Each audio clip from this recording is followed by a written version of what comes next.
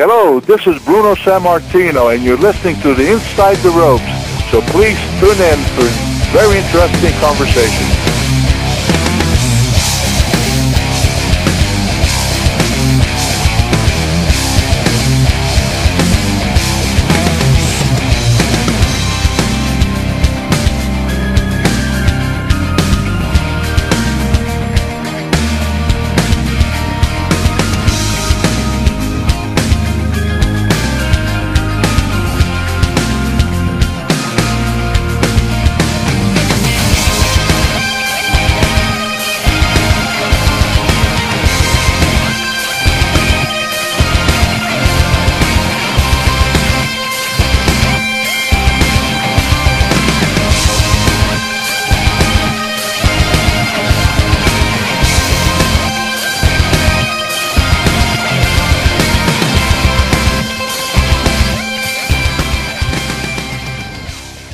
Hello, good morning, good afternoon, good evening, whatever time you're listening to this. Welcome to the debut edition of Inside the Ropes Raw Rundown. I'm Kenny McIntosh. We are recording this on Tuesday the 25th of February 2014, and if there was ever a Raw to run down to kick this off, then last night's Raw was certainly an eventful one, and I'm joined by the always opinionated, whichever side of the fence that is on. I think I have a feeling I know which side some of tonight's going to be on. I'm joined by Robert Duffin. Hi everybody. I'm not going to sit astride the fence. I'll be on neither side of the fence. I'm going to burn the fence down. That's what I'm going to do. I'm going to destroy the fence tonight with thoughts on last night's Raw. It was a roller coaster, to say the least. So yeah, welcome to the first ITR Raw Rundown. For those of you not in the loop, we used to broadcast on a Thursday night, but now we've moved the main Inside the Ropes show to a Monday night in the 10 o'clock UK time, 5 p.m. Eastern, before Monday Night Raw goes live. So instead of waiting a full week to discuss Raw, we thought we'd put out a midweek YouTube show. Well, I say YouTube show, it's obviously audio, it's not video. You don't want to see our faces. It's not great. It's not great. It's okay. It's okay. I mean, there have been worse people doing YouTube videos that used to be on Monday nights, but, you know, at least we've got the sense to just stay on audio. That's true. We've got a sense of decorum, just like Wade Barrett, except not bloody awful. So, yeah, we're going to talk about Raw every Wednesday here, and basically run down the show. If there are any major news stories breaking since the Monday, other than what happens on Raw, then we'll probably cover them too. For example, the great Khali is now a US citizen, so we can no longer dream of deportation. Sorry, Kenny. I'm very sorry about that, Kenny. I know how much you love him, but it is unnatural, and he probably should be thrown in the sea.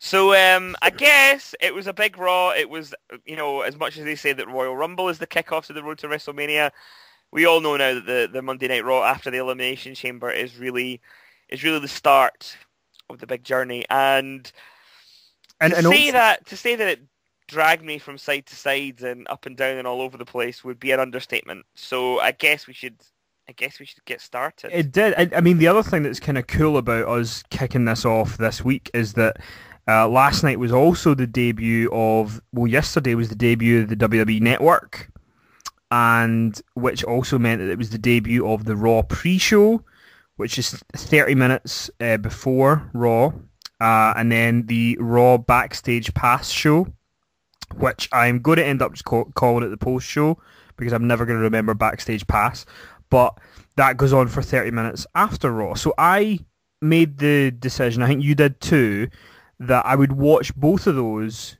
just to kind of fill people in on what you can kind of expect if you tune into those shows. I did watch them, yeah. I'm one of the lucky people that seems to have been able to sign up for the network in the UK and not really have any issues. Like, sometimes if I'm watching something that's not on the sort of live channel, it will sort of freeze for me. I tried to watch the very first episode of Monday Night Raw this morning, and unfortunately it froze just as the bell rung for the Koko Beware versus Yokozuna match. I hate when that happens. Devastating. And unfortunately, we're not at the stage now where I can travel back in time and punch Rob Bartlett in the face for his. Oh gosh, I mean I've forgotten. Friend of the show. Friend of the show, but also bit of a racist. So, no, I'm sure not really, but it's very dubious comedy to say the least. Yeah, so the Raw pre-show last night is the panel that WWE first wheeled out last year at WrestleMania 29 that has gone on. So we had Booker T, who is just sort of makes his living off panel shows now, Alex Riley, who people don't really remember is employed, and the Nature Boy Ric Flair, whose hair has gone kind of the colour of a elderly female smoker. Yeah, he does. His hair does look like the walls of an old pub. It's very nicotine.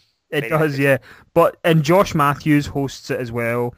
And I think here's the positives of the pre-show was, as you were, the way that the panel worked was the panel was at the sort of back of the arena, so behind the panel was the crowd and the ring and the ramp and the entranceway. So you could see that there was superstars matches happening behind the conversation that the panel were having, which was fine.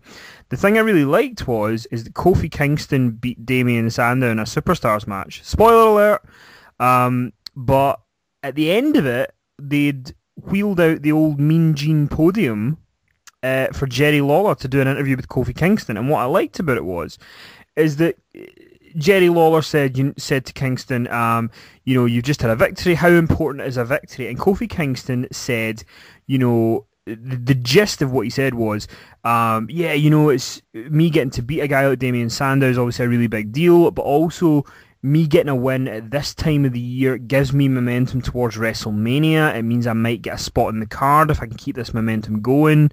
And that's the kind of stuff I want to see in this type of pre-show. Like, guys who don't really get promos, talking and having sort of, realistic thought processes about things. I really enjoyed that particular part of it. Yeah, I agree with you in principle. I don't think the delivery of it was great. I thought he was a little bit, I don't know, I just kind of laughed. I know that's awful, but I kind of went, oh God. Like, yeah, the podium promos, I'm all for them, but I don't really know if I need sort of generic babyface number one talking about whether he's going to get to WrestleMania when the chances are pretty unlikely. Overall, I just sort of felt like I enjoyed that it was there, like the pre-show and the backstage pass, and we'll get more into backstage pass later, which I think is probably a more valuable tool. But it just didn't really. It just felt like promotional material. Now, those kind of kickoff shows that they do for the pay-per-views, they're free on YouTube.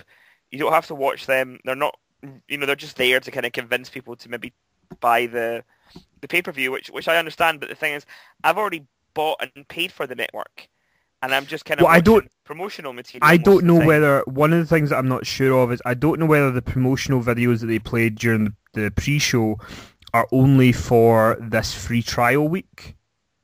To try and convince people to keep it, but I guess we'll know this time next week.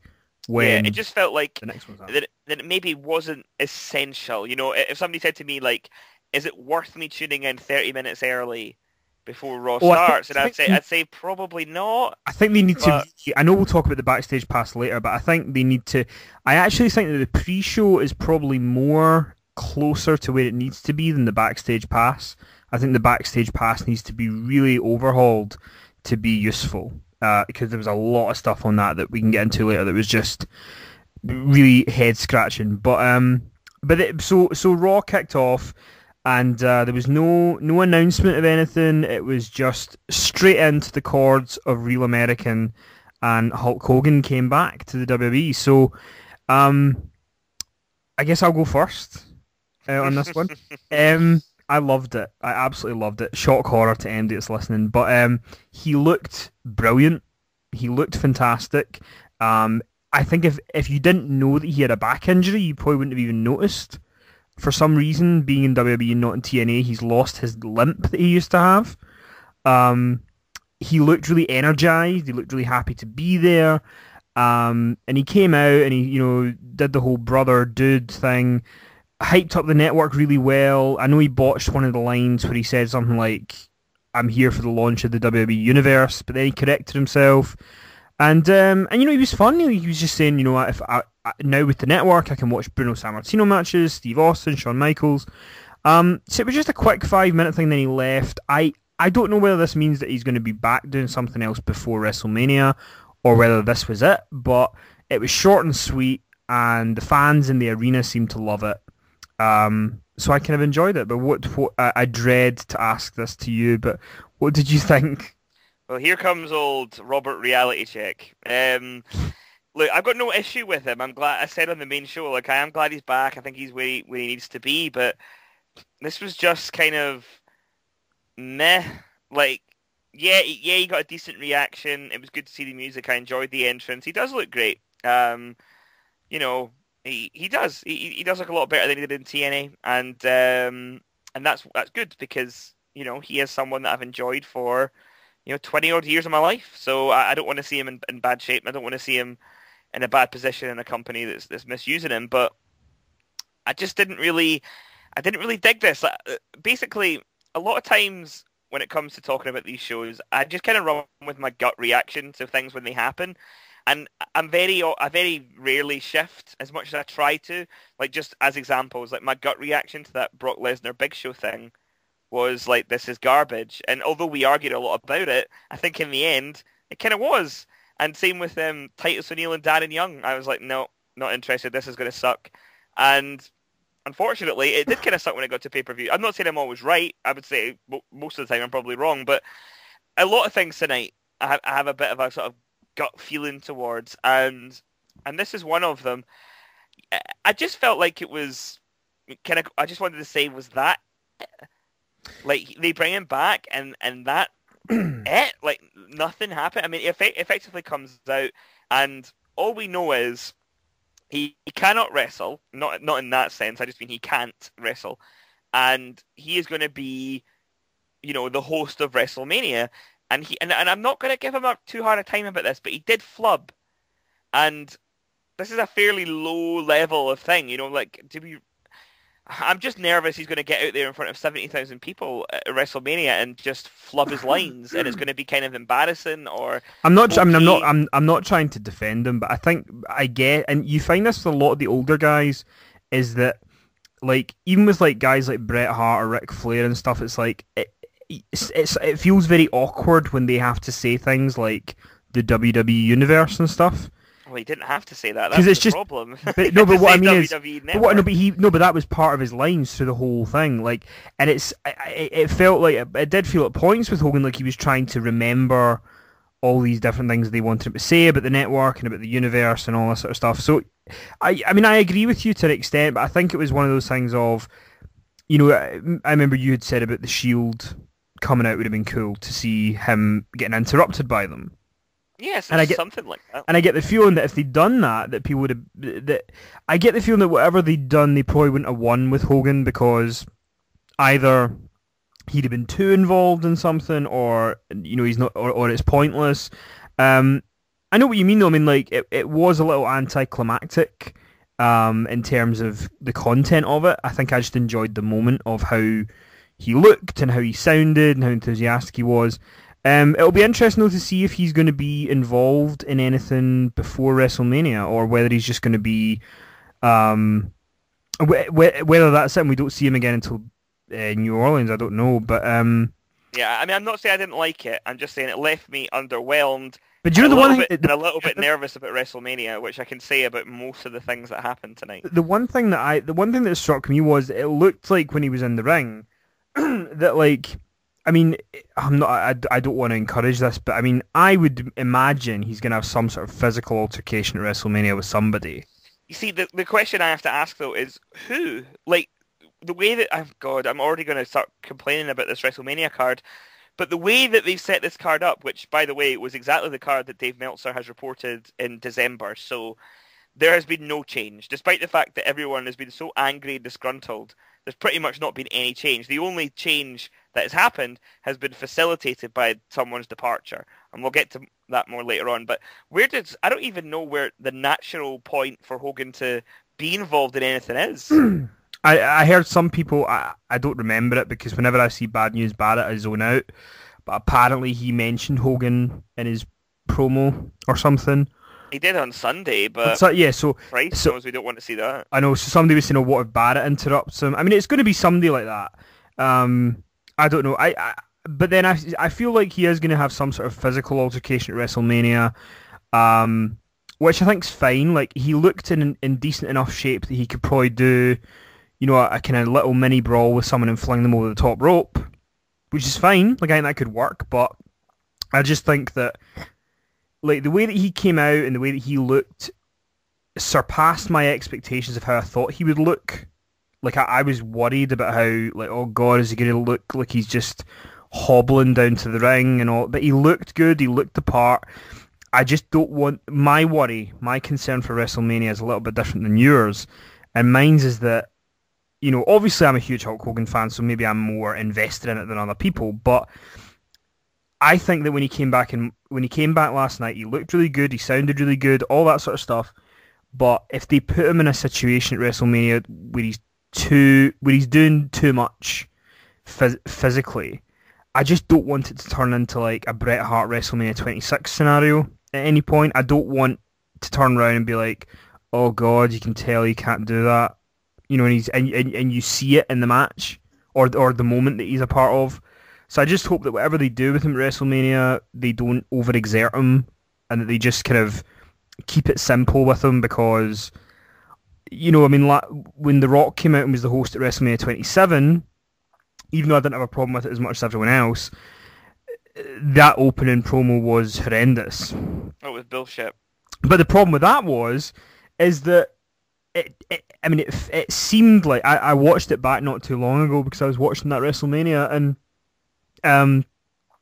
it felt like it lasted forever. Yeah, and the It issue went with that is on. Say what you like about how long The Rock can go out there, he can still cut a promo, and I don't really think Hogan can, not a scripted one anyway. And when he goes off script, it just doesn't work. I mean, I was sitting last night with my head in my hands, sort of thinking, Christ, maybe they should just pre-record some of his stuff and not send them out there to talk. If he's going to interfere in something, send them out there. But I don't know. I mean, I think people are giving him a little bit too much of a hard time. He fluffed one line. He fluffed one line. He corrected it in the next sentence. It's not really that big a deal. Like nobody, I was on Twitter while this was all happening, and it didn't really seem like it was that big of a deal at the time either. I don't think he struggled at all. So I'm not really worried about that part of it. All my concern is, apart from obviously the physical thing, is if he's going to be the host, just make it good. Like whatever it is that he does, make it mean something and make it good. I would dread if the 3 segments that he's in at WrestleMania are like one with Santino and Emma, one with the Great Khali, and one with somebody else. That would just be so gut wrenching that that's what they do with it. But like I don't really have faith that they're going to know what to do with it because the history doesn't really speak very well. So well, they can't book a main event match, so I don't really know how they can book a host. So that was the opening segment with Hogan on Raw, and then after that, we had the graphic came up, and I remember just being so in awe of the stupidity because when a guy is beating somebody up 5 times in a row and then squashed them on pay-per-view, it only makes sense to have a rematch the next night. Yes, I joked with people on Twitter, going, "Don't worry, guys. Alberto Del Rio has this one in the bag," and unfortunately, I was right. Del Rio who turned babyface for this match. Yeah, you know what? I like I said on Monday's show, I sort of perversely enjoyed the pay-per-view match, mostly because of the Bautista chants and Del Rio effectively just moving around the ring, doing a bunch of moves that didn't require Batista to do very much. So yeah, he missed that super kick. He didn't miss. That's the thing. Del Rio didn't miss the super kick. The announcer sold it as all that. I say super kick. That move he used to attack Dolph Ziggler, that kind of sideways mule kick thing. He didn't hit it. Batista just forgot to sell it because he doesn't have a clue what he's doing because he is rusty as an old padlock. And Yeah, it was just awful. And then Randy Orton comes out and Alberto gets the schoolboy victory, which is just insane.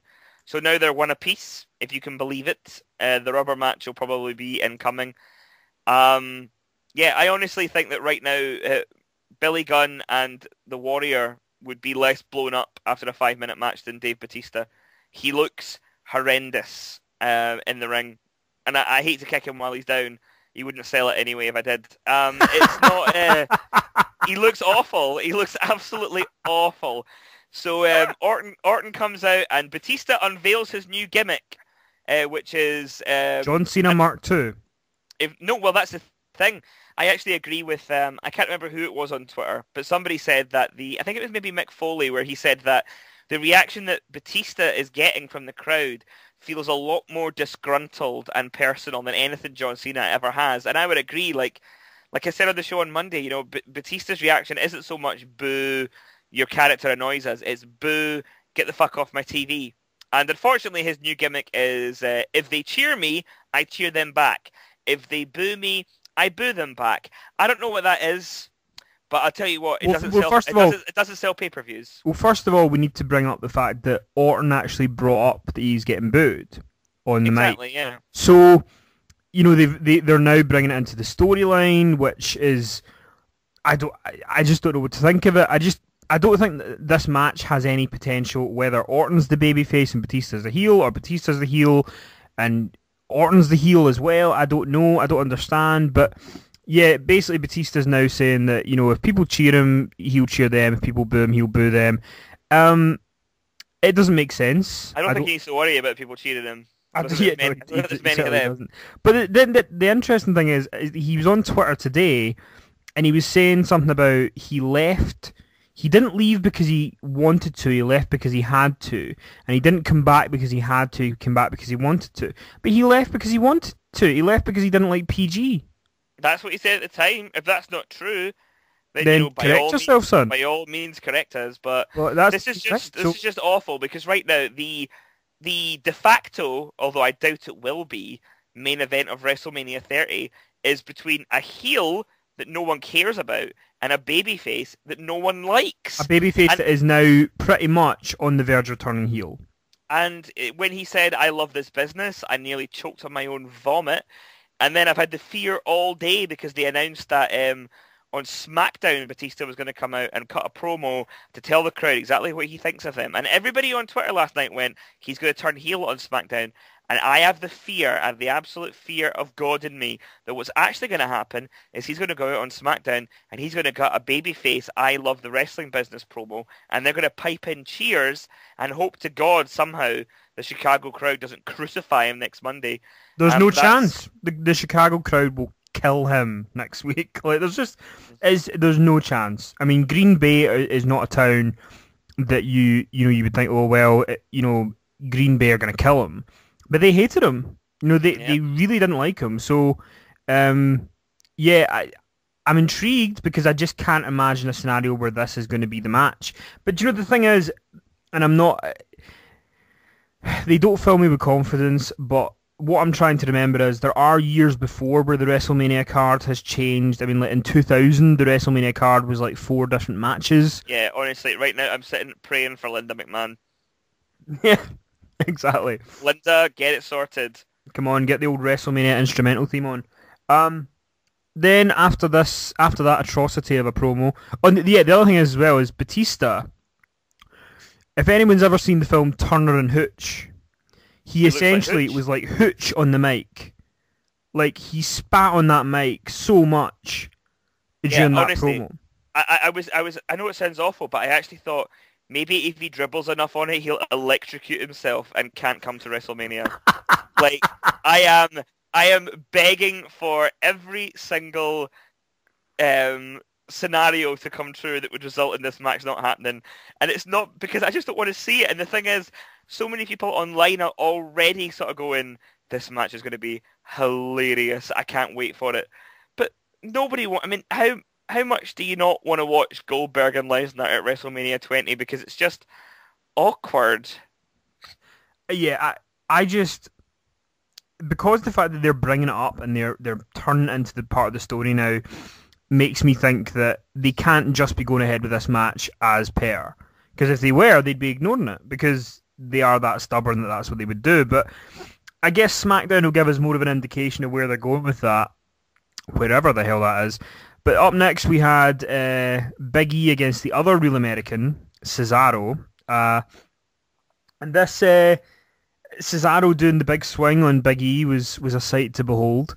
And then Cesaro, I guess you could say that he had the match in hand and was about to win the title, perhaps, when Swagger ran in and jumped Big E and started putting him in the ankle lock. So I guess this is the beginning of the end of the Real Americans, and as the Real Americans explode. And as Robert put on Facebook a picture of the of Elizabeth and Savage and Hogan with replaced heads, and if you've not seen Elizabeth with Zeb Coulter's head, you will never recover emotionally from that photograph. It's honestly, just thinking about it right now is making me laugh. Like, I just love it, Miss Elizabeth. Honestly, his little crazy mad face just. Oh God, it's like his crazy, so funny. His craziest possible face has been put on head. It is in Glasgow what we would call a swedger face. Like, he does look like he's trying to chew his own face off. No, do you know what? I'm all for. I think Swagger and Cesaro could be a good little feud. It could be a good little match at WrestleMania for them. I think that had they been in a sort of multi-team tag match, they probably wouldn't be as featured. So yeah, and I think the crowd were quite into it. Yeah, the crowd are starting to get behind Cesaro. I mean, there's no doubt in anyone's mind that Cesaro would be the babyface and Swagger would be the heel. So I'm all for it. I'm interested to see where Zeb comes into it. I assume with Swagger. But it was good. I enjoyed it. Yeah, I also thought that tilt-a-whirl backbreaker that Cesaro hit on Big E was mighty impressive. And what wasn't impressive, though, was that... The post-match guys looked brutal. Yeah, that stupid commentary exchange between Michael Cole and JBL, where Michael Cole was like... They were arguing over what the E stood for. And then Michael Cole's like, the E stands for ITR. I was like, I'm going, is that true? And then JBL says, is that like Winnie the Pooh? And then Michael Cole even gets that wrong. He goes, no, that's Igor. No, it's not. It's Eeyore. Good God. So we continue on, and up next is John Cena coming out to finally, after a month and a half, talk about the Wyatts attacking him. So Cena comes out. He talks about it's great that Hogan's back. And then he starts he basically calls Wyatt out and says that, you know, this kind of ties into what he was saying about all the young guys wanting to take his spot and come out and get it. And Bray Wyatt cuts a phenomenal promo on Cena. He uses kind of different pitches to his voice that he's not really used before, and says that he's going to bring death to his era of lies. And all these kind of great lines, and Cena, as the brave warrior that he is, of course, does not back down from the Wyatt family. Indeed, Bray's promo was fantastic. I don't know why, but there's something there's almost something guttural, a gut punch of just balls out calling someone a liar as an insult, just going liar. It's quite kind of, you know, it's really to the bone, and I enjoy it. The one thing I don't understand though is like John Cena's like ever-changing accent. Like he was Southern. I know, is he Boston strong or is he Dusty Rhodes? I couldn't tell. Like he was like, y'all better come out here and face me. I was like, what the hell is happening to your voice? Is it like whoever you feud with, you sort of adopt their cadence? Because I'd love to see him feud with the Great Khali if that's the case. I'd love to see John Cena do that. I really enjoyed this. They even kind of got me a little bit. Well, I don't know whether it was just... God. When they did the injury angle, which now pretty much has, you know, revealed as an angle in the Backstage Pass show, but at the time people kind of online were sort of calling that it could be real that he maybe is injured and they're like, oh my god, what will the changes be to the WrestleMania card? I think it's very telling how people are perceiving this WrestleMania card. The number of times on Twitter last night people were jumping on something that they think could change it. Like, if it wasn't, John Cena, if at first it is maybe Hogan will put Bryan in the title match. That hasn't happened. Maybe Cena's really injured and we'll get Shield Wyatt's too, but that's not going to happen either. And then later on, different things that we'll get to. But I think that is quite telling that every time there's some kind of twist in the tail, people are immediately going, how can we change the card with this storyline? Which just says to me people are just not that happy with how this is happening. But anyway, I thought this was a really good segment, really strong, and he didn't make any gay jokes. There's still time, but he didn't make any. There's still 6 weeks yet. I'll be honest, I remember when I think it was December, I think you were right, is when we kind of first talked about Dave Meltzer reporting that Cena Wyatt was a match. And I remember you being more verbally dismissive of it than I was, but I was not far behind you. And now it's kind of one of the matches that I'm actually most looking forward to at WrestleMania. Like, I just like it. I just like the fact that it's Cena working with a younger guy.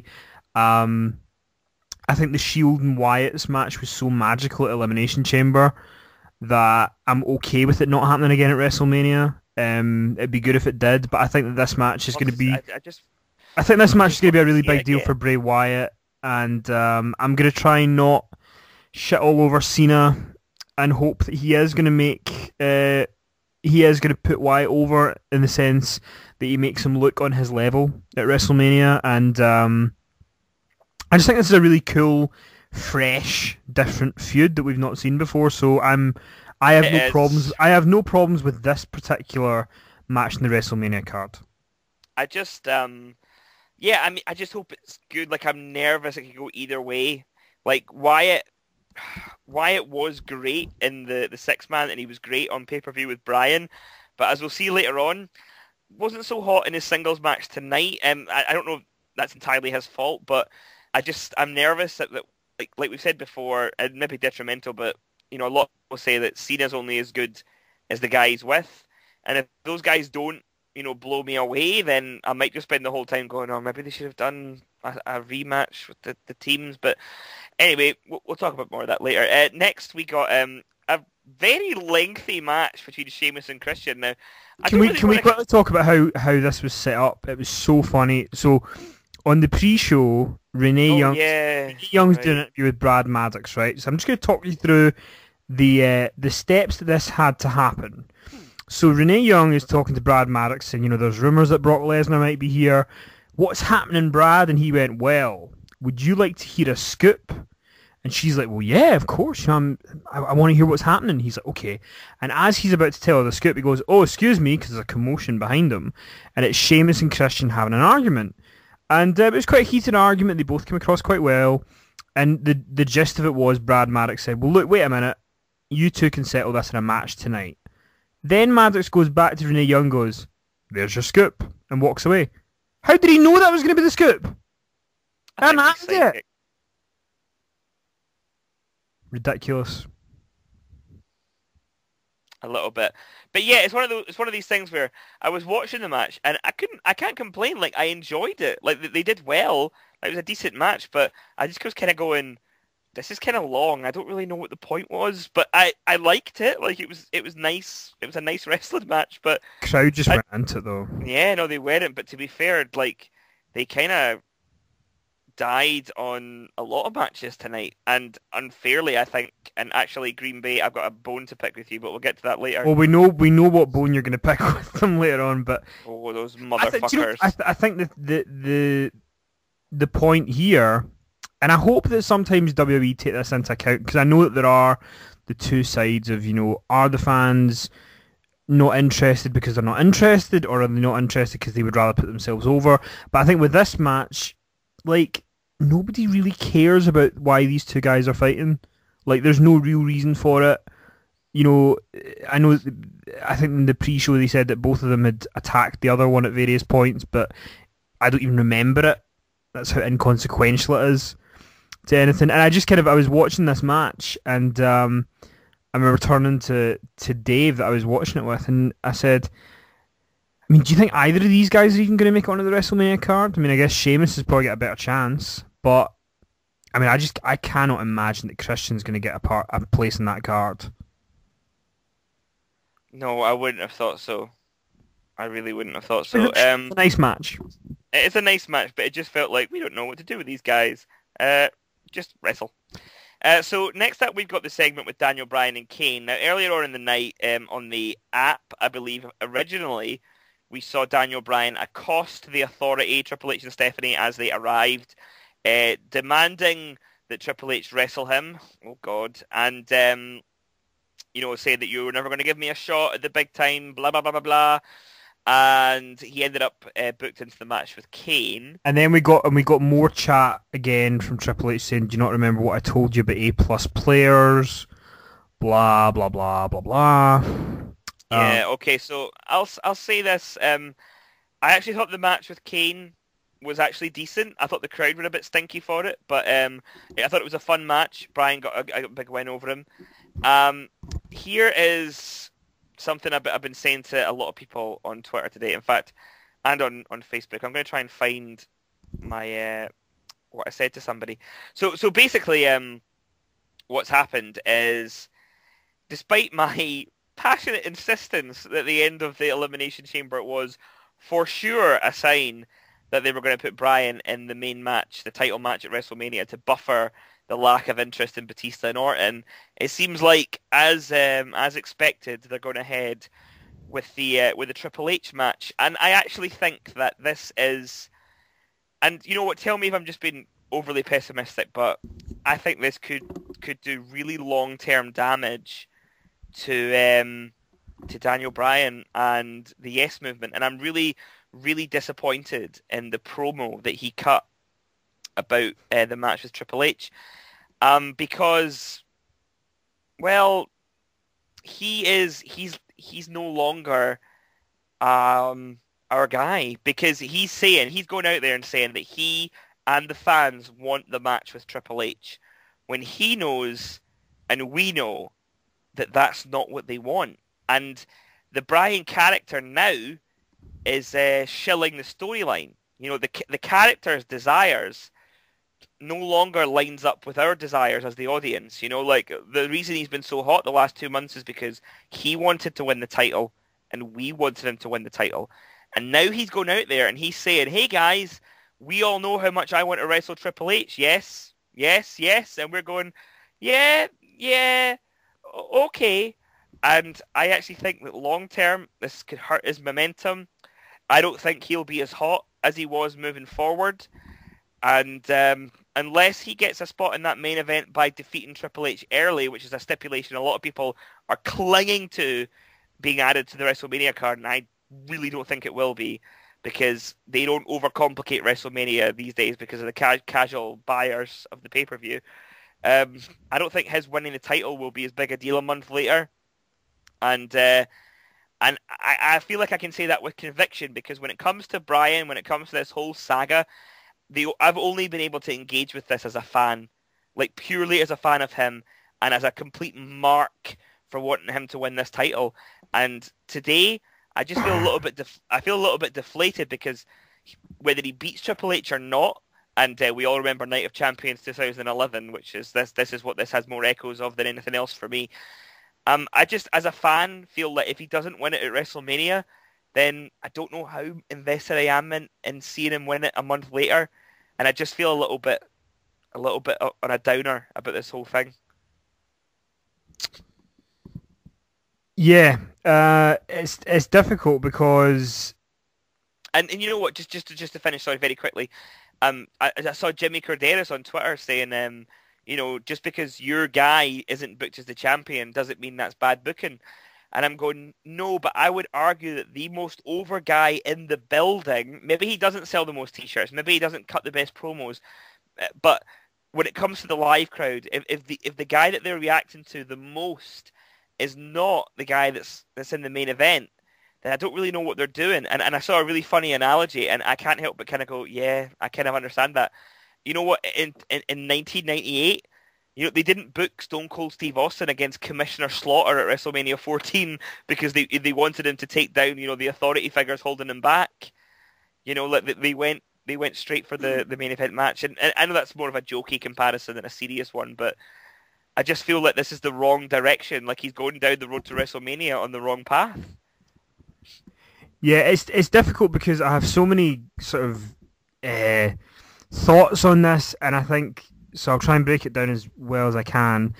I am one of the people that is clinging to the hope that somehow he is added into this title match, and I think my main reasoning for that is because I just can't imagine any scenario with whatever way the characters are portrayed that Batista and Orton is going to be a viable main event. And I don't say that as someone that is bitter about the two of them, because if those two guys were popular enough and interesting enough to the mass audience, then I would sort of just deal with it and accept it.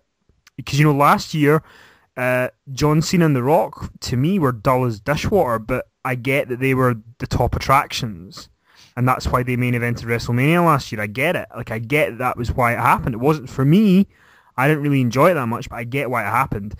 But the thing is, I've literally not come across one person, whether it be in person or on Facebook or on Twitter or anywhere, that has a desire to see Batista and Randy Orton in a title match. And I'm not saying that to diminish those two guys as athletes, because I actually do think Batista is a talented guy, and I think he is going to grow back into his role. But I think that the problem is that he's come back at the worst possible time, because at the time when everyone wants a new champion, they want to give us an old champion of a guy who wasn't exactly Mr. Popular the first time round.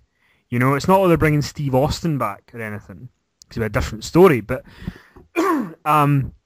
so because I don't think that match is going to happen, I just can't believe that they would allow it to happen. That gives me a little bit of hope that Bryan might be slotted into the match. If he's not in the match, I don't think it's completely dead in the water for him, but I think my biggest fear is that I don't have enough faith in Triple H to make Daniel Bryan come out of WrestleMania a bigger star than he walked into it, because his track record doesn't show that that's what he does. Triple H is, by all accounts, is very good at the big picture and at talent development and anything, but he somehow, as soon as his character's involved, he can't quite see the wood from the trees. He just can't. Like, he just all of a sudden becomes this egomaniac that has to look like God. And if Daniel Bryan was able to beat Triple H clean at WrestleMania, like it is part of the story. And that's how it all started back at SummerSlam when he got pedigreed, and Triple H has been the one that's kind of stopped him from getting the title. So I get all that, and it all makes sense. But I just think that if they're going to do the Triple H thing, like there's so thin a line of how it can work that he comes out of a success, and I really hope that's what's going to happen. And I do want to say that some people are like, oh my God, he's not in the title match, and I get the anger here. But he is pretty much inarguably the second biggest match of the show. And I'm not saying... he is in a main event. I will say that. But I just as a fan, and I sometimes feel like I can only talk about him as a fan because I just can't help it. I'm just kind of going, yeah, I want to see him beat Triple H. And I'm sure on the night I'll be begging for that Shining Wizard to smack that big nose right off Helmsley's face. Supermark coming through. But at the same time, I don't know. I know that I would be so emotionally invested. Like WrestleMania 30 would be a big emotional roller coaster for me as a fan traveling all the way over there to see it. If I thought for a minute that Bryan could carry the title, and I said two things last night, talking to people. Sorry for kind of regurgitating it, but I was making some quite good points last night. I can't lie. Number one, if you look at Triple H's record at WrestleMania, I say it's pretty patchy, like you do. Look at guys like. He had the main event with Jericho, stunk. Booker T, stunk. Orton, stunk. Sheamus didn't put Sheamus over, didn't make him look good. The Lesnar match, awful. Okay, so he had 3 matches with The Undertaker, I would argue that anybody could probably have good matches with The Undertaker at WrestleMania if Undertaker was on fire. And yeah, okay, his triple threat match at WrestleMania 20 was good. His match with Batista is decent, and so is his outing with John Cena. But otherwise, well, and I'm not even going to talk about Owen Hart and Kane and things like that because I don't think that really counts, that era of the character. But so you're talking 2006 was his last non-Undertaker related good WrestleMania match. Pretty much. And the other thing is that what people talk about more than ever now is how much the titles don't mean anything. The mid-card titles are a waste, and the World Heavyweight title, it's just a prop. No one really cares. The simple fact is that they're in a position now to put a guy in a main event where what the fans want is him as their champion. Like, they want to see him hold that title belt. And I can't remember. I mean, tell me the last time. I had this conversation with someone about an hour ago. And tell me the last time there was a babyface. I actually think the last time that people were behind somebody this much to win the title was Steve Austin. Yeah. Like, I think it's that far back. Because when Batista won the belt and when Cena won the belt, I think people were behind them, but I don't think it was such a passionate, vehement, crusade for them to win the title like it is with Bryan. And everyone loves an underdog story, and that's... yeah, I mean, don't get me wrong. If you had to name an ideal scenario for me, it is Bryan winning the title. That's the ideal scenario. And I think he is going to win the title. I think that he will be the champion within the next couple of months. And I get that people want it at WrestleMania. I get it. But, it's not that it won't be a sweet moment, but for me, like, for WrestleMania to be, the showcase of the Immortals, the granddaddy of them all, the kind of, the big slice of Americana, it's about the story. It's not about Batista beating Randy Orton. No, it's not. It's about the American dream almost. The idea that you can do anything, It's Hulk Hogan, fighting back against the immovable objects. It's coming up against someone as huge as Andre the Giant and been able to vanquish him. It's as patchy as the match is, it is about Shawn Michaels finally getting to be the WWF champion, which is all he wanted to be, or Steve Austin busting his ass and breaking his neck all the way to finally raising that title.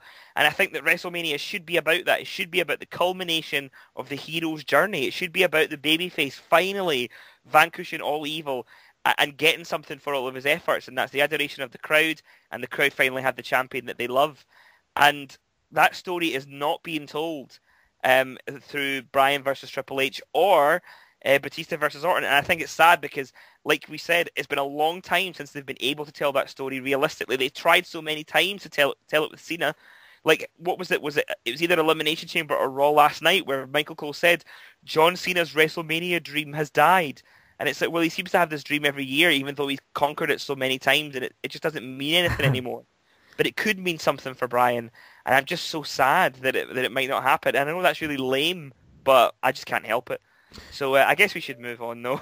Well, no, I mean, this is the big talking point. We actually put a thing up on Facebook about Raw, just to get people's kind of opinions on the show. So I just thought we'd read out some Bryan chat. Sorry, I just mean Bryan, Batista, Orton kind of thing. John Agini says that they need to drastically do something to get Batista over or put a face in the title picture, or that match will go down like a ton of bricks. And I think he's right. Graham Williams then chimes in saying, I get when WWE book something in WrestleMania that there's almost no going back on and that they have TV time to fix things, but Raw just left me so underwhelmed. The fact that all they seem to have done the last few weeks is approach Daniel Bryan and go, well, kid, you now have Punk's spot at Mania. Just shows the complete lack of imagination in the folk that run these shows. And then Brian Gilmore says, utter tosh. Batista and Orton needs to fuck off. Even Orton trying to bring the poor reactions into the promo was a fail. Daniel Bryan is now in a shit slot against Triple H. Who cares? Andy Conway says, hopefully Bryan Triple H at Mania ends this poor excuse for a storyline. He hates to see... What he hates to see, though... no, that's more about crowd reaction. So yeah, that's kind of the vibe. A lot of people are really unhappy about it. Yeah, I really hope that that there is a stipulation to this Triple H match. But I'll tell you one thing.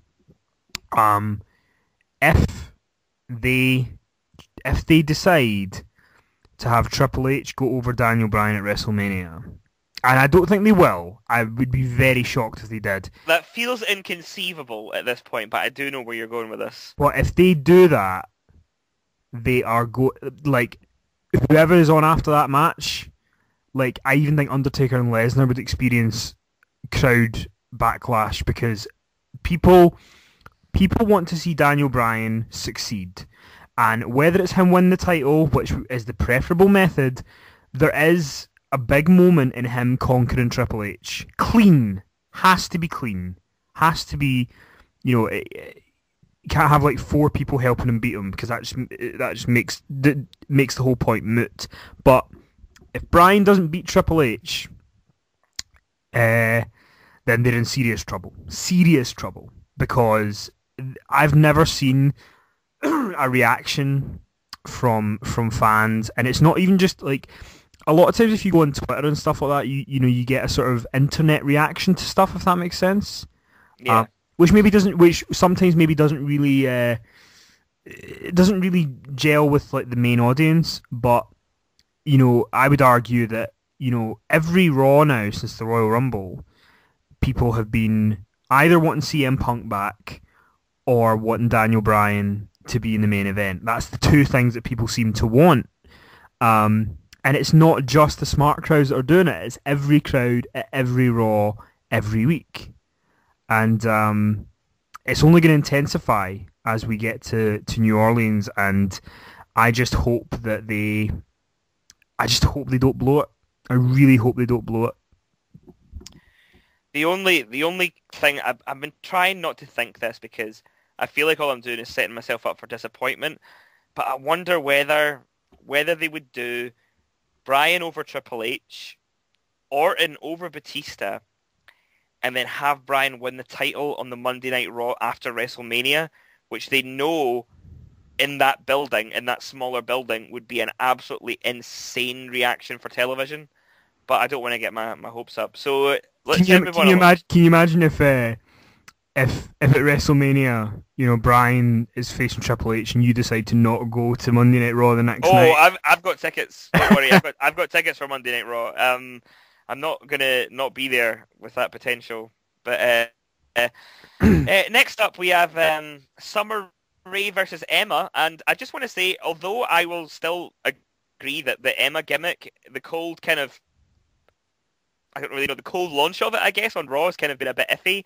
I thought they had a really, really enjoyable match, and it was a lot better than some of the other Diva shit that's been on Raw in the last couple of months.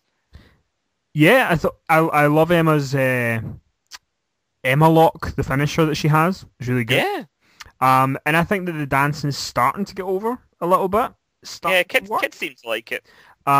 But this is a total aside, and it just makes me sound like a complete bitch. But to me, Summer Rae could be replaced by Lillian Garcia. Like, they look pretty much the same, which is worrying when Lillian Garcia is like approaching 50 and Summer Rae's 30. But yeah, Summer Rae's a really good heel. She has great facial expressions. And Emma's really likable. Like, I don't really know anyone that would look at Emma and not be able to get behind her. Like, she's not one of these kind of baby faces like, oh yay, it's Layla. Like this. She's a good baby face. Yeah. So, yeah, I was happy with that. Now, this baffled me. So they do a rematch with the Outlaws and the Usos for the tag in a non-title match. Oh Lord, this is just... So they come back from break with both teams in the ring, and Robert, you take this because I can imagine the opinion of this. This match, right, or whatever this is. I don't even want. It's an insult to workers everywhere to call this a match. This is, in about 20 seconds, everything that is currently wrong with the wishy-washy tweener booking of the WWE. Because right now you've got the old age Outlaws, right? 2 old fogies who are Triple H's lackeys, right? So they are supposed to be the heels in my book. They took the tag titles off one of the most popular tag teams they've had in years, Goldust and Cody. So they're meant to be the bad guys, but now every week they're coming out and doing their babyface shtick, so the crowd like to chant along to it. You've got the Usos, who they're trying to build up as a new babyface team. The Outlaws turn to them and insult them and say, boys, you know what you should be doing. Get outside the ring while we do our thing. So the Usos are kind of put in their place unfairly. The crowd start chanting along with the Outlaws. The Usos attack them and then get booed, even though they're meant to be getting cheered, but they're not getting cheered because they're letting the Outlaws act like baby faces, and the Usos are getting booed, and then they get the quick victory over them, which makes no sense. I don't know why this is happening anyway, but the fans are not reacting positively to it because they still are conditioned to cheer the New Age Outlaws. It was bad. What is happening? Yeah, it was like yeah, I think I wrote on Twitter last night, like, Triple H and the Outlaws are the two prime examples of the fact that being a shade of grey as a wrestling character very rarely works, and neither of these acts can pull it off. No, so, it's just, I don't get it. And that's the thing, it's just like, I almost feel like when the Outlaws and Triple H are out, it's just like, they might as well just grab a mic and go, I'm a heel, but like me, please just like me. And it's like, it's just, I mean, you know, the NWO did the cool heel gimmick, and look how that worked out. Yeah, where are WCW now? You know, as much as I loved the NWO, WCW weren't cool because the NWO were the cool thing. The only thing that was cool was Goldberg, and then they squashed him. But yeah, the Outlaws, fuck off. Yeah, just go away. If you're on the WrestleMania card, I'm going to boo you louder than anybody. As long as if they retain those belts at WrestleMania, fuck's sake. But then, do you know what? They'll come out of WrestleMania and they'll get cheered. Yeah, even though they're not meant to be. Like, you know what? Tweeners don't make money. Tweeners don't draw. Like, they just don't. They don't. And but what we would think would have drawn, and just very quickly, I just want to say, like, people go on about how, oh, the Attitude Era was the age of the anti-hero. There was no heroes and villains. Bullshit. Yes, there was. Stone Cold Steve Austin might have had dubious methods, but he was absolutely the good guy. Like, I know he was, like, a bit of a badass, man, but he was still a good guy. Like, so, I mean, just that idea that, you know, you don't need baby faces and heels is just absolute drivel. You know? Drivel. Sad. But, they'd set up, earlier on in the night, there'd been the Shield were doing a promo where Dean Ambrose didn't say where he was last at the Elimination Chamber, but he said, I'm sick of explaining myself to you guys. They didn't really believe him, so he walked off in a huff. Yeah. And then the Wyatts came up, and then they had kind of a stare down, and Roman Reigns and Bray Wyatt agreed to have a singles match, and Roman Reigns, and possibly one of my favourite lines he's ever done, he said, if you leave the buzzards, I'll leave the hounds, and I'll see you in the ring. That was great. And what is it? Wyatt's response was really good. He's not a cowardly heel. This is what I love so much about Bray Wyatt going forward, is he's not afraid. Yeah, like he is not a punk. Like, he almost gets turned on by the confrontation. Yeah, he likes it. Yeah, he gets this kind of sadistic look, which... What is it he says to him, though? He says, he just very kind of almost gentlemanly says something like, oh, well, I'll accept. Like, you know, like he's almost like you're inviting him to a party. No, he says, you're an interesting creature. Yeah, loved it. Oh man, absolutely loved it. So good. But unfortunately, the assholes in Green Bay, Wisconsin didn't like it. I have a slight defense of Green Bay, in a way. Bear with it. Okay. I just don't think this match was presented at the right time in the show. I think that the fans were kind of not burnt out, but they'd already had the Bryan stuff. They'd already had the Bryan and Kane match. They already had the Cena and Wyatt stuff.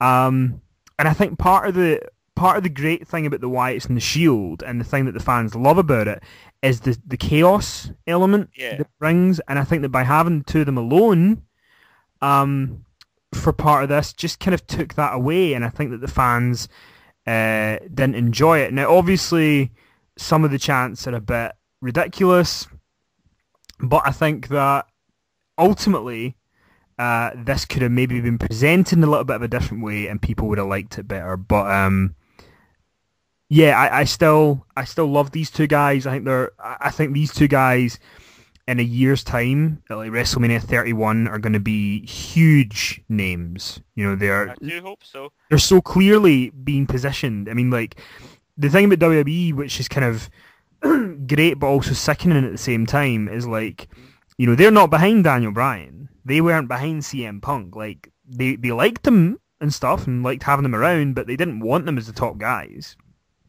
They want Wyatt and Reigns as top guys.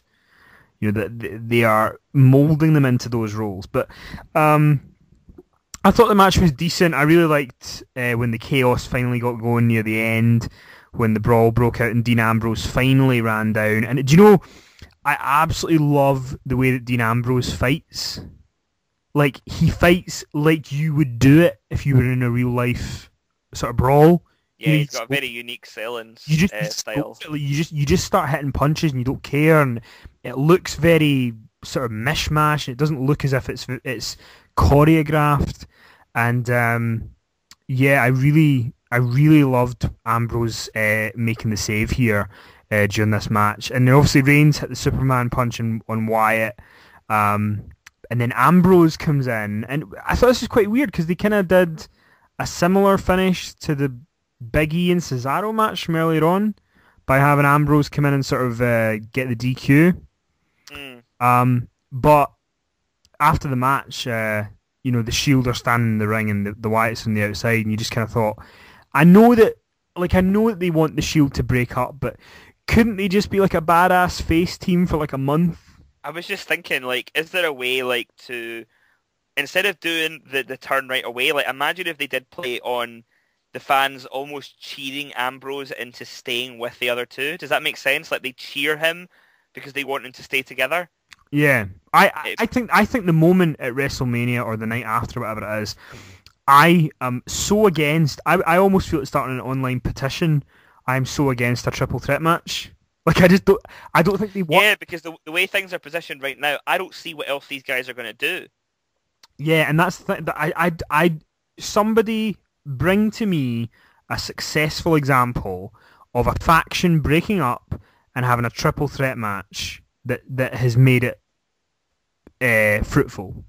Because I can't think of one. So, but what I think would be a great moment is at WrestleMania potentially, is that's where finally Reigns and Ambrose have their big falling out. You know, whether it's them in a match against, I don't know who that match would be against if Wyatt's busy, but I just think there's more money or more gravitas in them having their big fallout at WrestleMania rather than them having it a week or two before on Raw and then having this kind of like mishmash thing happen on the pay-per-view. Yeah. I would agree. And you know what, yeah, it was positioned awkwardly, and I think the biggest problem with it was actually quite slow-paced and not that exciting a match to start with, despite the fact that these two guys are very over. So it was unfortunate, but I still don't think Green Bay should have done that. Bad. They were over the top, but it almost reminded me of something that you had said before about when you had said with Ryback that one of the things that people loved about him was when it got to like the absolute peak of drama and his music would hit, and that's when you'd go mental.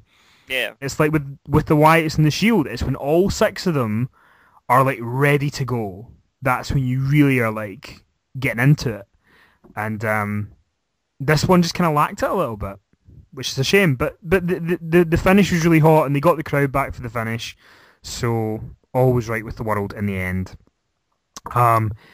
Next week on Raw in Chicago, we're going to be cooking meth.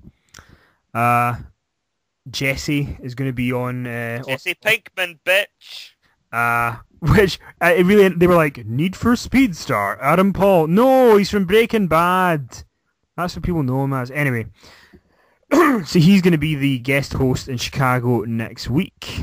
But it was time for the main event. They had teased throughout the night that Brock Lesnar might show up, and then they kind of confirmed he'd been seen, and then they showed you him backstage. And now I was going to gush over the beginning of this segment. Would you like to do it instead and talk about what happened? If we're going to gush, maybe you should go. Okay. my big fear is I was thinking, oh, they're going to come out and they're going to just ignore the number one contender thing. Like, that's what they're going to do. They're just not going to mention it. And they came out and okay. First thing Heyman said was, here's my client who should be main event in WrestleMania, but instead it's Batista and Randy Orton, and basically covered all the points that you would think. And then I really liked the way that Heyman was just gold here. He was brilliant. He pretty much vocalized again the Bryan frustrations in a way by saying, Triple H doesn't want to give you what you want, and also Brock. And this is the thing that I like the most about Lesnar and Bryan at this point is that it's two guys who actually seem to want to be the champion. Like, they don't want to be the face of the WWE; they want to be the fucking World Heavyweight Champion. And what a novel idea! I know, who the fuck would want that? But I liked how Heyman went through all his accomplishments and would just say conquered after it, and I actually thought the idea was pretty cool that the Authority are trying to appease Lesnar by saying, oh, you can have an open contract and you can fight anyone you want, and they sort of the fact that they were kind of saying, if we can't have the title, we don't even want to be there.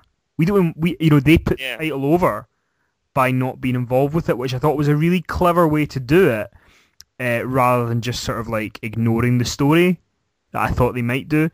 And so they sort of like threw the contract away, about to leave, and the lights go off, the gong, it's the Undertaker. People went mental as expected. He has brought back the Ministry goatee after 15 years. Who would have thought it? And he comes out and basically he looks at the WrestleMania sign. Lesnar basically kind of shakes his head as if to say, right, it's on. Because the thing that Heyman had said, which was very clever throughout the whole promo, was that what Brock Lesnar wanted at WrestleMania was to create history. That was what he wants.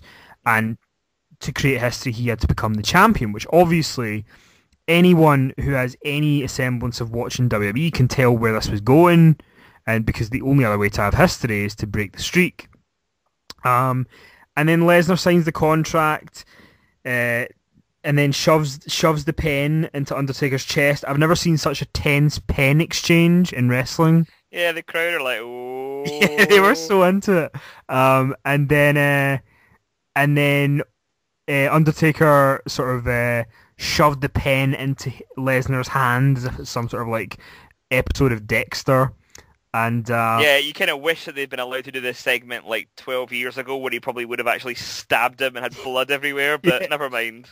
We got something pretty close to great. And then Taker choke slammed Lesnar through the table, which I was surprised. I was surprised to see them do to get physical. Yeah, because usually Undertaker comes out and doesn't really do it. Yeah. I've got to say, because I know there's been some chat on Facebook and Twitter about this match, and one in particular that I wanted to just quickly read out for the sake of being fair, is Billy Hardaway says Undertaker and Lesnar is total bullshit. The streak needs to end because Undertaker beating Lesnar is fucking bullshit. So this better be the end of the streak, or I'll never watch WrestleMania again until Undertaker fucking dies. Then you have Jamie Dom. You, my friend, do not get it. Yeah, but then Jamie Domican is saying that the Undertaker Lesnar segment was great. Good to see the Undertaker getting physical, like you were saying, Robert, before Mania. And other people were talking about. I thought the segment was really, really strong. I didn't think it was going to be anywhere near as strong as this, because I did figure that it would just be some sort of like Lesnar would come out and say, I've beaten everybody, I've beaten the Big Show, and then the gong would come off, and then they'd look at the sign, and that'd be the end of the show. So I was pleasantly surprised. I thought everyone played their part well. Undertaker just looks more of a crazy bastard every year that he comes back. His facial expressions are just great. I really enjoyed it, and I'm looking forward to the match. And there are some. Last thing I'll say, just before I turn it over to you, the last thing I'll say is, some people are saying, well, I don't want to see Brock Lesnar and Undertaker because Brock Lesnar's not got a chance of winning. To which I would say, I present to you CM Punk. Nobody thought CM Punk was going to beat The Undertaker, but that match was so worth having, because it saved that card. Yeah, it's absolutely saved that card, and then the other argument is that Lesnar shouldn't be in a match with the Undertaker because he's going to have to job. To which I would also say that there is no bigger match at WrestleMania for Brock Lesnar to be a part of than this one. There is no bigger match for him. And right now I would say it's the de facto closer. Yeah, I think it absolutely is. Yeah. So that's my take on it, but what about you? What was your thought? I really enjoyed it. Like, I'll be honest, it doesn't matter how many times through the year I kind of doubt whether the Undertaker's, I kind of go, maybe you should skip a year, maybe you could take a year off or, something like that. And then the gong hits and I'm just a 5-year-old boy again and I'm all giddy and excited and he's back and I don't care that he's a 50-year-old man that wears eyeliner and dyes his beard. Like, it doesn't really matter. He's the fucking Undertaker. As Jim Cornette said at Inside the Ropes Live, the greatest gimmick of all time. And it's undeniable. The thing that I will say about it is that, and this is more just a problem with creative in general, is that I just think they're getting very, very lazy. And as if the rest of the card doesn't indicate that, they're just like, oh, well, just fucking put Orton and Batista together. Folk will like that. I kind of think that, the Michaels Undertaker matches, like the first one didn't really have a story. It just kind of was like, well, they're legends, let them have it. And then the 26 match had a story. And then, the kind of retirement angle and one more match and all that kind of stuff. And then the first Triple H Undertaker match didn't really have a story either. There wasn't really an angle. And but the second one did. It was end of an era. And then last year, like, I don't know, I was just quite dissatisfied by, basically the beginning of the storyline being that CM Punk won a fatal 4-way match to get a shot at the Undertaker at WrestleMania. That was the angle until Paul Bearer passed away, and then things got a little bit more interesting, but, grounds of taste might be questioned. And once again, like, this isn't really an angle. This is just kind of like, well, Brock Lesnar wants to fight someone. Here comes the Undertaker. We'll stay at the sign, beat each other up a little bit. Like, I just kind of hope there's more of a story. Tell me a story. Cause the thing is, I know for a fact that on the night they'll tell a great one. They'll tell a great physical story in the ring. I'm really confident of that. But I kind of want something a little bit more from the next couple of Raws. I don't need something really hokey or anything. But maybe prey on the Undertaker's age a little bit, or maybe Brock Lesnar's physical superiority to him. Just things like that. I mean, obviously, there's a chance that maybe Undertaker won't take any bumps until WrestleMania, just in case.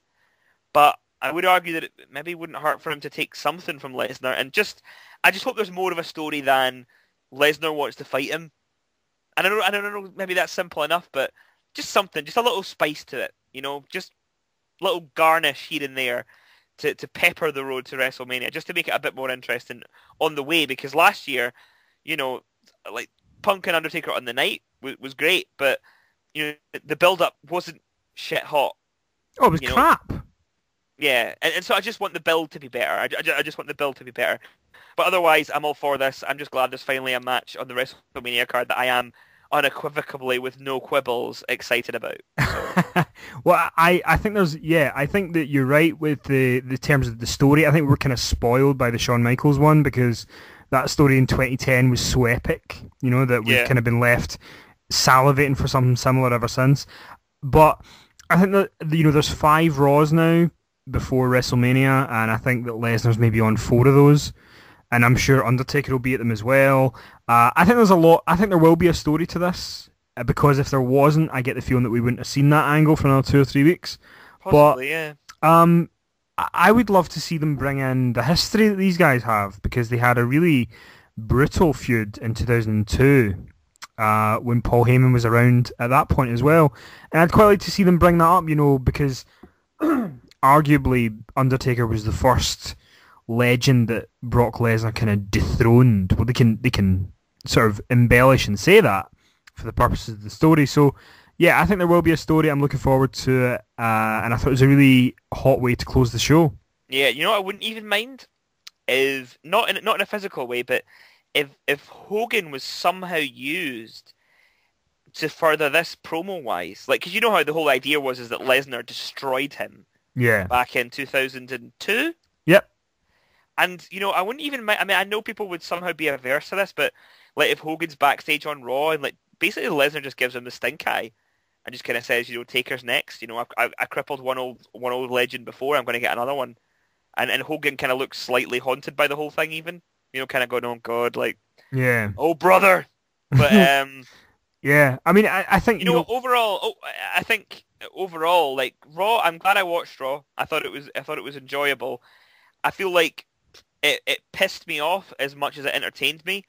But at the same time, I can't remember the last time there was a 3-hour Raw that was worth talking about this much. Yeah, I think Raw was above average for sure last night. I think that the Daniel Bryan stuff is the most Marmite subject right now in wrestling, because you're either really a big fan of where they're going or you're really not a big fan of where they're going. Batista and Orton arguably got a little bit more interesting because people want to know where it's going to go, because we can't imagine that it's going to end with a singles match. But you see, I think that they think that any heat is good heat and that they'll do the singles match, and they don't really care that both guys are getting trashed. I think they'll think that because if the crowds are so loud and vocal during it, then it's a success. But I would passionately argue against that.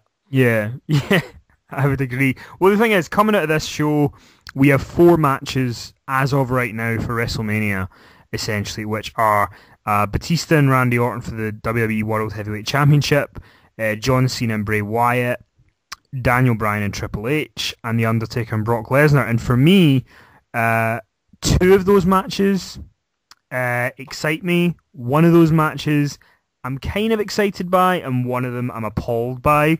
And just for the clarity, Batista and Orton, no interest whatsoever. Bryan and Triple H, it's almost one of those things where I'll go, I almost feel like it's like ordering a meal. So ordering your favourite food and you go, if you cook it right, I'll enjoy it. But if you don't, I'll be very annoyed. And then the other 2 matches with Cena Wyatt and Undertaker Lesnar, I'm really looking forward to. So I can't really complain because the WrestleMania card is somewhat more fresh than last year. Triple H working with a young guy, Daniel Bryan. John Cena working with a young guy, Bray Wyatt. Undertaker working with the younger part-timer guy, Brock Lesnar. Really the only real stinker, is Batista and Orton. That's the one that nobody has any interest in.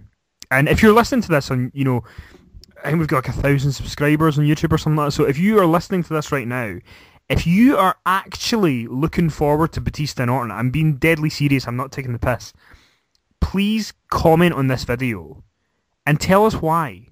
Like, what is it about it that you're intrigued by or excited about? I don't think we'll get many of them. But if you, I would love to hear someone argue that, because I just don't. I can't think of a reason. But what about you? Coming out of Raw, there's 4, sort of the 4 main events potentially have been put in place. What are your thoughts? Well, I'll be honest, the 4 main events that I wasn't really that enthusiastic about in December, I am more enthusiastic about them now. Well, that's not true. I was always enthusiastic about Undertaker, Brock Lesnar. But, I don't know, I guess Undertaker, Cena would maybe have been my preferred thing, but I guess we're not getting that, and that's fine. Not this year, anyway. So, I just don't know. Like, I'm just kind of looking for the funk cloud to go away regarding the whole Bryan thing. Like, I just need to wait and see how it goes, but I'm still not over the idea that for mostly for the last kind of 2 months now, I've kind of hinged my whole trip to see this on the fact that I thought I was going to get to see a guy who, like, I've loved for about 7 or 8 years win the title at WrestleMania, going from, seeing him in the Indies to doing this. And I'm struggling to get over that. I will, for the sake of journalistic integrity, I will get over that. But I can't deny that I'm a bit I'm upset about it. Yeah, I'm not going to be embarrassed to say that. I am a little bit upset about it. But, yeah, Undertaker Lesnar looks good. I'm intrigued by Wyatt Cena. I just hope it's a good wrestling match. It has to be good, because if it's not, then, like I've said before, other stars on Wyatt's kind of current level have come up against Cena in the past. Miz, Ziggler. I'd argue he's more talented than, The Miz. But other people who were very hot at one point came up against John Cena in high-profile matches, and they have unfortunately fallen to the wayside since. So I hope that's not one of these type situations. So I'm nervous about that, but looking forward to it. Bryan and Triple H, it's really all about the presentation and whether there's any stipulations. And, well, Orton and Batista can go suck a fuck. Okay, so that was Monday Night Raw, but then we got the first ever Raw Backstage Pass show, and like we said at the beginning, I think this has got a lot of potential, but I think they really missed the boat on quite a lot of it. One of the things that they had touted as being sort of the reason to watch this is an interview with Hulk Hogan. He was going Oh God! He was going to appear on the Backstage Pass. That was it lasted like 20 seconds. Yeah, so they kept and it just till the end. Again. It was just to say, but then the thing, did you notice that he said, "I'm so glad to be back in action"? I'm like, have we missed something? And then he also said, "I felt like I was already walking down the ramp to the main event of WrestleMania 30." And I was like, "Oh, hold on a wee minute there, Hoagie boy. I don't know whether you're giving too much away there. I do hope not." Although if it's Batista and Orton, I think we can all sort of say it may not be the worst decision to add that to it. I would be more than happy for Hulk Hogan to WrestleMania 9 those two cunts. That is going to be the tagline for this episode. I would be more than happy for Hulk Hogan to WrestleMania 9 those two cunts.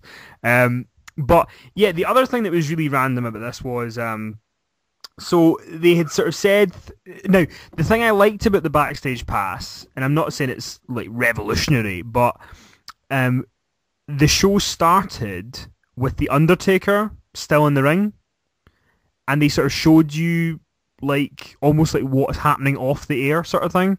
Yeah. So I liked seeing that and seeing Lesnar kind of, still selling the injury on the way to the back and stuff. But they'd said, Renee Young's going to try and get a word with Brock Lesnar. So at one point, Ric Flair's trying to make a point, and Josh Matthews says, "Oh, wait a minute. Breaking news, Renee Young is now with Brock Lesnar." Cuts to the back, and Renee Young says, "So I'm still hoping to get a word with Brock Lesnar at some point." Why the fuck have we cut back to you then? So then, Brock Lesnar all of a sudden turns up, and then they just walk past her. And it just all seemed a bit pointless. Yeah. I want to give a bit of praise actually to somebody, and that's to Alex Riley, because the thing is with these kind of panels, the thing that always kind of makes me laugh about them or makes me unsure about them is the fact that they want to have sports panels for a scripted sport, where they can't really say the things. They kind of have to do it all within the realms of the character. Now, I think they used to be good at this, like 20, 25 years ago. But it's difficult to do it, because ultimately, Booker and Ric Flair, it's great to see them there, but all they do is, shucky ducky woo woo. Like, it's just their catchphrases and, just saying nonsensical bullshit for most of the time. But Alex Riley actually manages to seem coherent and I think sell the show, sell the feuds, but he also manages to make quite valuable and legitimate points within the kayfabe story of the situation, which I think is not easy because other people can't do it. So I think he's very valuable to have there on that panel. I quite enjoyed him being on the panel. Yeah, he was good. I think he's found his niche of being in this sort of position. I think that they just need to, with the post show, I think the post show is the one that people will probably watch more if there's been a hot ending to the show. Yeah. So, like, this is the sort of thing where, like, I don't know,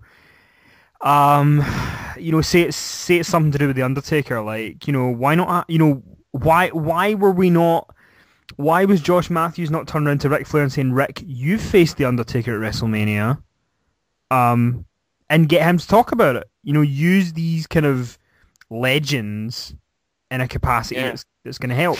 Booker T, you faced Triple H at WrestleMania. How did that go? Well, I was just honoured that he let me work with him. On account of me being a WCW guy. Yeah, exactly. So that's what I was going to say. So I like the premise of the back of the show, but I did kind of laugh though when they cut back to they were talking to the medical staff about Cena. Oh my god! But the thing that I loved about this was I was turning to Dave and I said, "Can you imagine if they did this 10 years ago and they were like, so Doctor, The Rock's just been hit with an ambulance. Is he going to survive?" Like, Steve Austin has been drowned in a river. is his funeral going to take place next week, or I love the whole thing where like this is clearly a genuine medical guy, right? I think this is a real medic yeah. at this point, and he's like, well, it could be very serious, but John Cena is refusing the MRI, so we're just going to go with that. Like, usually when patients turn up and we think they need medical attention and they just go no, we're cool with that. We don't go ahead with it anyway. It's Totally usually good optional. for their health. Yeah, in this sport, we don't really care about their well-being. If the guy thinks he's okay, we'll just go with that. We'll just go with that. Oh, and then it was so like ridiculous. They were like, oh, Tom Phillips is backstage and he's grabbing a word with Kane, and Kane just walks past them. Yeah, it's just a series of people being ignored. Yeah, it's like a backstage pass, but they don't actually have one because no one talks to them. yeah. So, and it's funny because the most interesting thing that I mean, they put a video up on WWE.com today of Hulk Hogan backstage before him coming out, and it's like him arriving at the arena, while Jimmy Hart runs to get the bags, and Hogan's like, "It's good to be home, Jimmy." And then like you see him bumping into people, like you see him bumping into one of the Bellas and Jerry Lawler and Sheamus. And then you see him backstage. You see him like right at the gorilla position as his music hits and he's warming up and stuff. Like, play something like that in the post show. Yeah, like I agree. Play these little things because the post show has got a lot of potential that I think they should use. But if they choose to keep doing the format of it like these pay-per-view panels, then I would be surprised if people are still watching them in a month. So that was I totally forgot about this actually, but at the end they said, make sure and tune in this Friday night for the SmackDown pre-show. Oh fuck. Yeah, SmackDown, that needs to be longer. Yeah, we need another half. Although to be fair, the fact that that'll be pre-recorded means they might be able to do better things with it. One would hope. So yeah, that's our first. And this is champagne problems, but obviously because we are technically not meant to have the network, the pre and post show won't line up with SmackDown being aired in the UK. No. So that's kind of annoying. And I don't think can you watch back the pre and post shows on the network? Can you re-watch them? I am going to find that out right now. I'm actually going to quickly... And while you're doing that, I'm going to let people know what's going to be coming up on Inside the Ropes. This coming Monday night, we're going to be reviewing a bunch of stuff because obviously now we're sort of freed from talking about Raw too much because we're doing it on the Wednesday. So on Inside the Ropes this week, we'll be talking about this week's episode of Impact, which will air this Thursday on Spike in the US and Sunday on Challenge TV in the UK. We're also going to do the first ever live NXT show, NXT Arrival, which airs live on the WWE Network this Thursday night as well. I am absolutely frothing at the mouth for the prospect of the Cesaro Sami Zayn rematch. I can't wait for that, as well as other things on that card. And we're also going to take a look at SmackDown for the first time in about 100 years. More specifically, I imagine, at the promo of Batista. Is he going to turn heel, or are they going to pipe in cheers and they're going to give us Dave the wrestler, Dave the humanitarian, Dave the man of the year?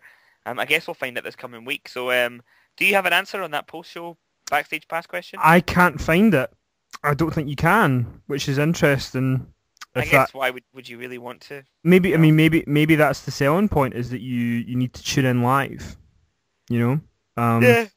But yeah, I it's not really, I can't find it there. Also, if for anyone that's listening to this that has signed up for the network, WWE have put out a response that about 20% of subscribers are having trouble watching the on-demand content, not the live, but on the on-demand.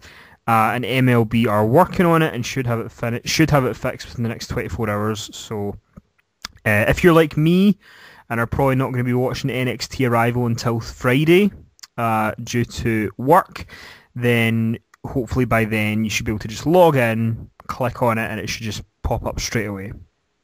Well, my question for you is NXT Arrival going to be available to rewatch, or is it only live? It must be available to rewatch, surely, because there is a section for NXT. I really hope so. If there's not, I'm going to be very internally annoyed. Yeah, I'll complain online. And yeah, do you know, I would actually, if anyone is a network subscriber and you've managed to watch one of the countdown shows, let us know what it's like. I mean, it's not my type of show whatsoever. I would just never be interested in it, but...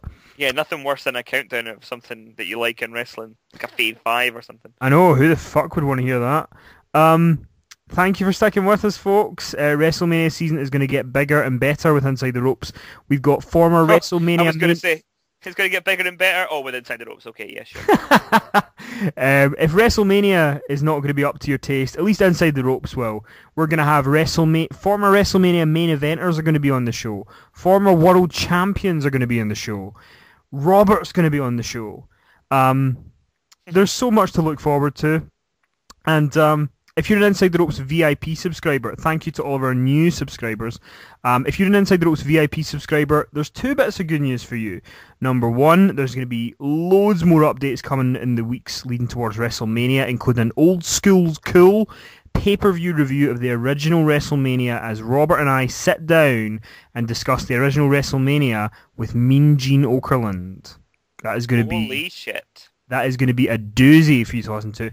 We're also going to catch up with some WWE employees and wrestlers about WrestleMania experiences. We're hoping to finally have a chat with Big Dave Meltzer about the history of WrestleMania before the big show in April.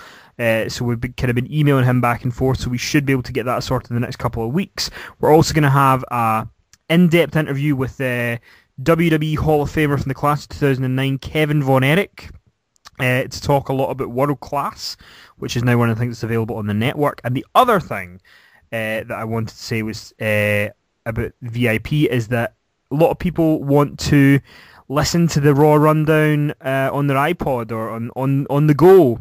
And if you're a VIP subscriber, then starting tomorrow, you can log into your VIP account and you'll be able to download the Raw Rundown and get it on your smartphone or tablet or whatever it is that you use while you're on the go. So, yeah, this has been the Raw Rundown. Yeah, please, during the week, check out our Twitter and Facebook pages at inside_the_rope. Sorry, at inside_the ropes. Don't forget the S. It's not just rope. Facebook.com. I know, Facebook.com. We've lost 2 or 3 ropes. Facebook.com/The Inside Network, or simply search for Inside the Ropes on Facebook and give us a like and start talking with us and all of our wonderful listeners.